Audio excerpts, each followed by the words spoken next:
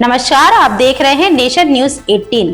गाजियाबाद के मुरादनगर में आजाद समाज पार्टी के बहुजन समाज के महानायक, बहुजन समाज पार्टी के संस्थापक काशीराम के परिनिर्वाण दिवस को अत्यंत श्रद्धा और उत्साह के साथ मनाया। इस अवसर पर हजारों कार्यकर्ताओं ने एकत्र होकर काशीराम को याद किया और आने वाली राजनीतिक सफर के लिए मजबूत संकल्प लिया। आइए इस धूमधाम वाले कार्यक्रम की प्रमुख झलकियां देखते हैं और जानते हैं कैसे आजाद समाज पार्टी के नेताओं ने अन्य दलों पर निशाना साधा।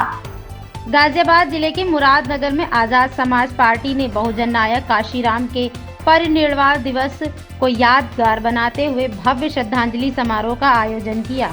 अंबेडकर पार्क में सजे इस कार्यक्रम में पार्टी के राष्ट्रीय कोर कमेटी सदस्य निजाम चौधरी व अन्य पदाधिकारी शामिल रहे। निजाम चौधरी ने अपने भाषण के दौरान कहा कि नगीना से सांसद चंद्रशेखर आजाद उत्तर प्रदेश की राजनीति के धुरंधर नेता हैं। निजाम चौधरी ने कहा कि चंद्रशेखर आजाद जैसे मजबूत और साहसी नेता ही शोषित वंचित समाज को सशक्त बना सकते हैं। उनकी अगुवाई में आजाद समाज पार्टी बहुजन हितों की असली आवाज बनेगी। इस दौरान निजाम चौधरी ने भाजपा, बसपा और सपा जैसे प्रमुख दलों पर जमकर हमला बोला। उन्होंने आरोप लगाया कि ये पार्टियां बहुजन समाज के साथ बार बार धोखा दे रही हैं। भाजपा की हिंदुत्व की राजनीति, बसपा की परिवारवाद और सपा का मुस्लिम तुष्टीकरण, ये सब बहुजन हितों को कुचलने का खेल है। अब समय आ गया है कि शोषित वर्ग अपनी ताकत पहचाने और आजाद समाज पार्टी के साथ जुड़े। इस कार्यक्रम में आजाद समाज पार्टी के कदावर नेता, सक्रिय कार्यकर्ता, स्थानीय समुदाय के हजारों लोग शामिल हुए। सभी ने काशीराम जी के संघर्षों को याद करते हुए उन्हें श्रद्धा सुमन अर्पित किए। गाजियाबाद से अफशार उल हक की रिपोर्ट। 2006 में काशीराम साहब इस दुनिया को छोड़ के चले गए, लेकिन बहुजन महापुरुषों का जो मिशन सदियों से चला आ रहा है, जिसको छत्रपति साहू जी महाराज, जिसको राष्ट्रपिता ज्योतिबा फूले, माँ सावित्रीबाई फूले, माँ फातिमा शेख, ईवी रामास्वामी परियार, संत गाडगे जी, मान्यवर बाबा साहब अम्बेडकर, मान्यवर काशीराम साहब, अनेक बहुजन महापुरुषों ने इस मिशन को सींचने का काम किया और इस मिशन को चलाने का काम किया। लेकिन क्या कारण है? अनेकों संगठन, अनेकों पार्टियां आज इस देश में बहुजनों की बनी हुई हैं और वो मिशन जो बाबा साहब का था, वो मिशन जो काशीराम साहब का था, वो क्यों पूरा नहीं हो रहा? वो क्यों आज भी अधूरा है? क्यों आज भी दलित और पिछड़ों पर, मुसलमानों पर अत्याचार हो रहा है? इस पर आपको सोचने की जरूरत है। अत्याचार उन्हीं पे होता है जिनकी सरकारें नहीं होती। जिस दिन आपकी सरकार बन जाएगी, आप पर अत्याचार बंद हो जाएगा। अब सरकार कैसे बनेगी? बाबा साहब ने कहा था कि अपना दल बनाओ, दल से अपना बल बनाओ और राजनीतिक सत्ता हासिल करो, क्योंकि राजनीतिक सत्ता वो मास्टर चाबी है जिससे आपकी तरक्की के हर दरवाजे खुलते हैं। बाबा साहब ने भी जीते जी अपने संघर्ष किया था। उन्होंने पानी पीने तक के लिए संघर्ष किया, मंदिर में घुसने तक के लिए आंदोलन किया, लेकिन मनुवादी ताकतें उस वक्त भी लड़ रही थी और आज भी लड़ रही हैं। और इतिहास गवाह है कि जब जब मनुवाद ने सर उठाया है, बहुजनवाद ने उसको कुचलने का काम किया है, उसको खत्म करने का काम किया है। और आज मनुवाद चरम पर है। आज आपकी लिंचिंग हो रही है। दलित, पिछड़ा और मुसलमान, ये सब पीड़ित हैं। बहुत लोग कहते हैं कि आपका संगठन ही ठीक था, आपने पार्टी गलत बनाई, आप बीजेपी की मदद कर रहे हो। हमने पार्टी अभी 5 साल पहले बनाई, आपकी पार्टी तो 1984 से काम कर रही है, तो आप इतना पीछे क्यों जा रहे हैं? चंद्रशेखर जी तो अभी आए थे। भारत की राजनीति में आप तो बहुत मजबूत थे, पूरे देश में आपकी पार्टी की जड़ें फैल गई थी, तो फिर क्या कारण है कि आज बहुजन समाज इतना कमजोर हो गया?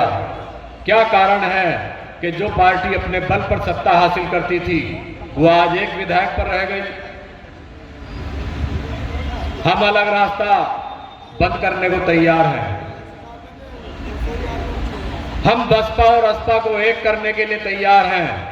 बहन जी एक आवाज दें, बसपा और असपा एक हो जाएगी। बहन जी भाई चंद्रशेखर के लिए आशीर्वाद दें। इस उत्तर प्रदेश में अगर बहन जी ने आशीर्वाद दिया तो बहन जी को दिल्ली की सत्ता तक पहुंचाने का काम भाई चंद्रशेखर आजाद करेंगे।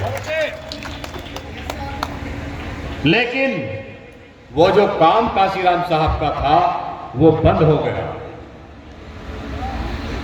उनके जाने के बाद जो दलित समाज में एक शून्य आ गया था, उनकी लड़ाई कोई नहीं लड़ रहा था, उनके हकों के लिए कोई नहीं बोल रहा था, उस लड़ाई को लड़ने का काम, उस संघर्ष पे बोलने का काम अगर कोई आज कर रहा है इस मुल्क में तो भाई चंद्रशेखर आजाद कर रहे हैं। काशीराम साहब के रूप में हमें कोई मिला है तो नगीना की धरती से, जैसे दलित और मुसलमानों ने इकट्ठा होकर एक यज्ञक्ति का पैगाम दिया और नगीना के लोगों ने बता दिया कि जिस दिन दलित और मुसलमान इकट्ठा हो गया इस देश में पूरे देश को नगीना बनने से कोई रोक नहीं सकता। आज आपके एक एमपी है, भरी संसद में 542 एमपी हैं, भरी संसद में एक एमपी की आवाज सबसे अलग गूंजती है। पहली बार हमने देखा है कि संसद में किस तरह से जय भीम का उद्घोष हुआ। चाहे विपक्ष की पार्टी हो चाहे सत्ता पार्टी हो, जय भीम कर रहे थे। माननीय प्रधानमंत्री जी ने तो संविधान सर पे रख लिया था। कभी देखा है ऐसे हालात? मैं मुसलमानों से कहना चाहता हूं कि ये जो पीडीए कर रहे हैं, ये पीडीए वाले भारतीय जनता पार्टी का ही एक रूप है। ये परिवार डेवलपमेंट अथॉरिटी है, यहाँ मुसलमानों के लिए कोई जगह नहीं है। अगर मुसलमानों का सबसे बड़ी दुश्मन कोई पार्टी है तो वो समाजवादी पार्टी है। जिस दिन समाजवादी पार्टी से मुसलमान हट करके भाई चंद्रशेखर आजाद के मंच पर आ जाएगा और जिस दिन दलित और मुसलमान यहाँ इकट्ठा हो जाएगा, पिछड़ा भी अपने आप आएगा और एक ताकत बनेगी और इस देश से मनुवाद खत्म होगा और बहुजनों की सरकार बनेगी, बहुजन ताकत में आएगा। आज जो लोग संविधान के साथ खेल रहे हैं, बाबा साहब अम्बेडकर ने कहा था कि ये संविधान कितना भी अच्छा क्यों ना हो, अगर इसको चलाने वाले हाथ बुरे होंगे तो ये बुरा ही साबित होगा, और ये संविधान कितना भी खराब क्यों ना हो, अगर इसको चलाने वाले हाथ अच्छे होंगे तो ये बुरा संविधान भी अच्छा साबित हो। बहुजन समाज में अगर इस मुल्क में आज कोई बोल रहा है, लड़ रहा है और संविधान बचाने की कोई जद्दोजहद कर रहा है तो वो भाई चंद्रशेखर आजाद हैं, भाई चंद्रशेखर आजाद हैं, भाई चंद्रशेखर आजाद हैं। आज हम इस मंच से संकल्प लें, काशीराम साहब का परिनिर्वाण दिवस है, कि हम संकल्प लें और बताएं कि समाजवादी पार्टी मुसलमानों के लिए क्या कर रही है। इसी प्रदेश में हमारे दो नेताओं की हत्या हो जाती है, वो बोलती नहीं है। इसी प्रदेश में घरों को बुलडोज किया जाता है, वो बोलते नहीं हैं। और वो सबसे बड़े खैरखा बनते हैं मुसलमानों के, सबसे बड़े हमदर्द बनते हैं मुसलमानों के। किसी यादव पे अगर आज भी आ जाए तो अखिलेश यादव तिलमिला जाते हैं, लेकिन इतनी बड़ी संख्या है मुसलमानों की इस प्रदेश में, उसके लिए सड़क पर ना बोल रहे हैं ना लड़ रहे हैं। आज भी उत्तर प्रदेश में कम से कम 5-7 विधायक, मुस्लिम विधायक जेल में पड़े हैं। आजम खां जैसा परिवार जिनका एक रसूख हुआ करता था मुसलमानों की राजनीति में, उनके लिए आज तक अखिलेश यादव जेल पे मिलने नहीं गए। जब वो जेल से बाहर आए तब उनके घर अकेले मिलने गए। तो आज समाजवादी पार्टी क्या है ये आपको समझना होगा, आपको इन चीज़ों को बताना होगा अपनी कौम में जाकर। आज बहन जी ने रैली करी और बड़ी संख्या में दलित समाज लखनऊ में इकट्ठा हुआ, लेकिन मुझे अफसोस हुआ उनका भाषण सुनकर वो भारतीय जनता पार्टी के पक्ष में ज्यादा बोल रही थी और जो सेकुलर दल हैं उनके खिलाफ ज्यादा बोल रही थी। चलो वो बोल रही थी, ठीक है। मंच पे उन्होंने केवल 4 नाम लिए, मंच पे केवल उन्होंने 4 नाम लिए।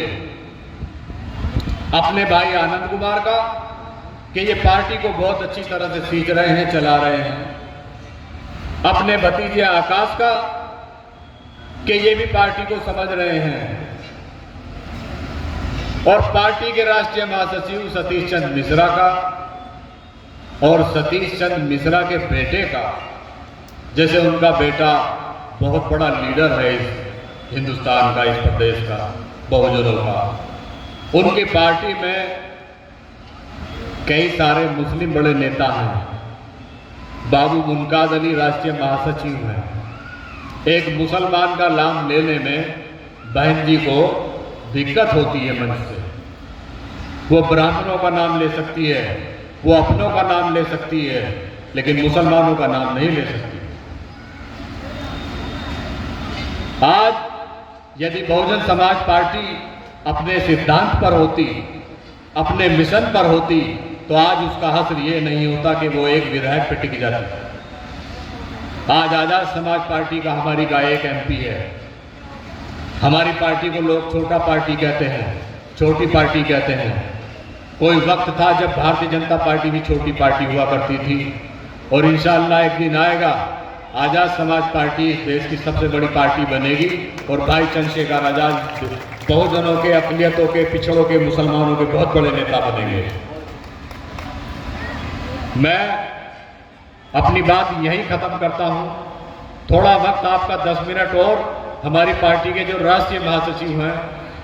अगर आपको ये खबर पसंद आई हो तो वीडियो को लाइक करें, शेयर करें और चैनल को सब्सक्राइब करना बिल्कुल ना भूलें। बने रहें आप नेशन न्यूज 18 के साथ।